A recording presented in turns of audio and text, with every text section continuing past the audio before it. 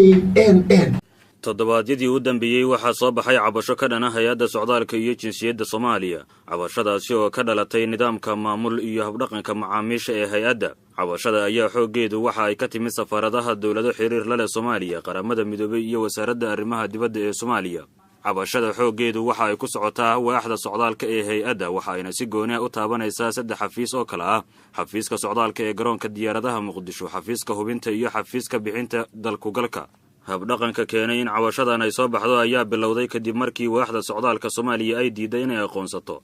dalku-galka ay bixiyaan safaaradaha Soomaaliya ee caalamka ku yaala iyo kuwa ay bixiyaan xafiisyada gobolada ee hay-adda.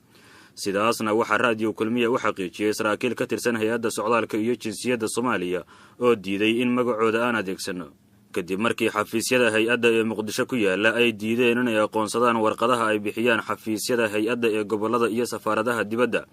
taasi waxa ay keentay in xafiisyadii goboladuna ay diidaan warqadaha ay bixiyaan xafiisyada ku yaala magaalada Muqdisho, sida ka dhacday garoonka diyaaradaha ee magaalada Kismaayo kaliftayna in shaqadii laga joojiyo madaxii socdaalka ee Jubbaland oo magaciisa Cabdisalaan lagu soo koobay. xafiiska qaramada midoobay ee taageera Soomaaliya ayaa warqad u qoray wasiirka arrimaha dibadda Soomaaliya Axmed Ciise Cawad waxa uu ka muujiyay caqabadaha ka haysta shaqaalaha qaramada midoobay xafiiska socdaalka ee Soomaaliya.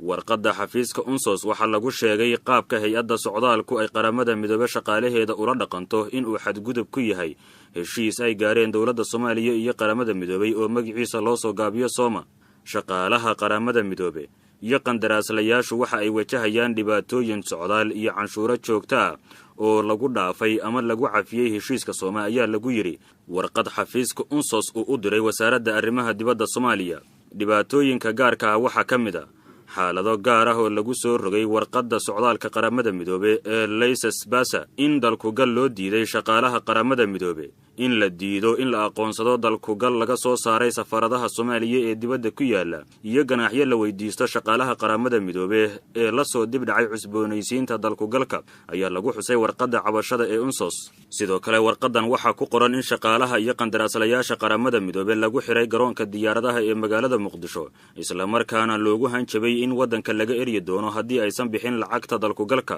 waaxda socdaalku waxa ay sidoo kale 13 bishan u diiday inuu dalka soo galo safiirka dawladda Hindiya uu soo magacawday Soomaaliya oo lagu magacaabo Rahul Chhabra, waxaana uu sitay fiise ama dalku-gal uu ka soo qaatay safaaradda Soomaaliya ee Nairobi. warqad uu xogayaha joogtada ah ee wasaaradda arrimaha dibadda Soomaaliya Siciid Xaaji Maxamuud uu u qoray agaasimaha hay-adda socdaalka iyo jinsiyadda Soomaaliya Maxamed Aadan Jimcaale Koofi ayuu uga dalbaday inuu jawaab ka siiyo sababta keentay in safiir sita dalku-gal loo diido inuu wadanka soo galo. waxaa taariikhdu markii ay ahayd 13 bishii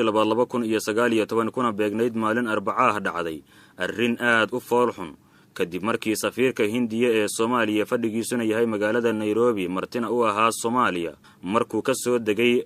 garoonka Aadan Cadde waxa uu la kulmay caqabad dhanka fiisaha ah, waxaana loo sheegay in dalku-galka uu sitaa uu yahay mid aan waxba ka jirin, sidaas awgeedna aanu wadanka gali karin, safaaraduna aysan bixin karin dalku-gal ayuu ku sheegay ambassador Siciid Xaaji Maxamuud warqadda uu u qoray Cornel Koofi. sidoo kale xogayaha joogtada ah ee wasaaradda arrimaha dibadda waxa uu warqadaas ku sheegay in dawladda Hindiya ay Soomaaliya ka dalbatay in loo sheego qaabka diblomaasiyiinta iyo kuwa shaqada rasmiga ah u socda ay dalku-galka ku helaan haddii aysan dalku-galka bixin karin safaaradaha dibadda.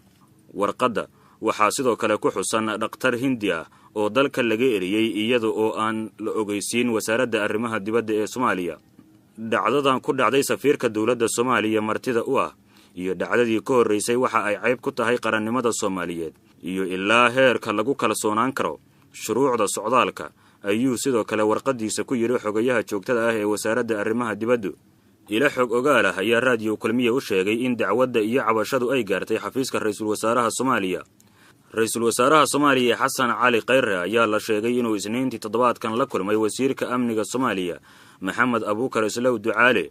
iyo agaasimaha hay-adda socdaalka iyo jinsiyadda Maxamed Aadan Koofi, waxa uuna kala hadlay wax ka qabashada caqabadaha ka soo kordhay hay-adda socdaalka iyo jinsiyadda. ra'iisul wasaare Khayre ayaa sidoo kale la sheegay inuu amray in wadanka dalku-galkiisa laga dhigo on arrival ama lagu bixiyo garoomaha diyaaradaha, balse laga daayo dalbashada keentay inay xumaato wada shaqayntii safaaradaha iyo xafiisyada dalka ee hay-adda socdaalka. talaadadii toddobaadkan ayaa sidoo kale waxaa kulmay wasiirka amniga xukuumadda Soomaaliya Maxamed Abuukar iyo Korneyl Kofi waxaana kulankooda goobjoog ka ahaa madaxda saddexda xafiis ee cabashadu ay ka taagan tahay waa xafiisyada socdaalka ee garoonka Aadan Cadde hubinta iyo bixinta fiisaha. waxaa kulankii talaadada looga hadlay sidii wax looga qaban lahaa habdhaqanka keenay cabashada iyo dib u soo celinta wada shaqaynta xumaatay ee hay'adda socdaalku ay la leedahay safaaradaha Soomaaliya ee dibadda ku yaala sida ay idaacadda kulmiye u xaqiijiyeen saraakiil hay'adda ka tirsan.